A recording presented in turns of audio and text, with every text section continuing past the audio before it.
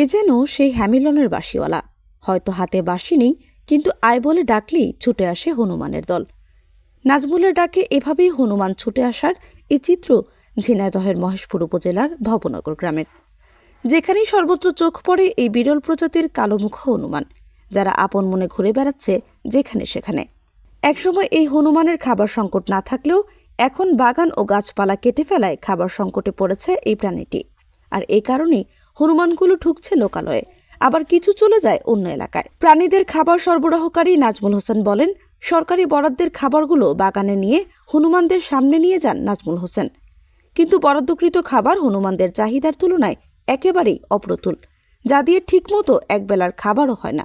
বর্তমানে এই গ্রামে 2 শতাধিক কালোমুখ হনুমান আছে, তবে এই সংখ্যা আগে দ্বিগুণেরও বেশি ছিল। প্রাকৃতিক বৈরী পরিবেশের কারণে ধীরে ধীরে হারাতে বসেছে জীববৈচিত্র্য। সাথে চলতে ওদের দেখাশোনা করতে করতে ওদের খাবার দিতে দিতে ওরা আমাকে বুঝতে চেষ্টা করলো, বিশ্বাস অর্জন করতে শুরু করলো। সেইভাবে ওরা আমার ওদের সাথে চলাফেরা করতে করতে ওদের সাথে আমার সম্পর্ক। এদের যদি একটা নির্দিষ্ট একটা জায়গা আমরা করতে পারতাম। মাননীয় প্রধান বন সংরক্ষক মহোদয় আমির হোসেন চৌধুরী এখানে আসছিলেন, তিনাকে আমরা অবশ্য করছি, তিনিও বলছে। তো অবশ্যই যদি এই হনুমানগুলো একটা অভয়ারণ্য হয়, এদের নির্দিষ্ট একটা জায়গা থাকে, এটা সেই এলাকার ভিতরে চলাফেরা করলে মানুষের চাষাবাদেও একটু ক্ষতি কম হতো, এদেরও একটা নির্দিষ্ট জায়গা থাকতো বলে আমি মনে করি।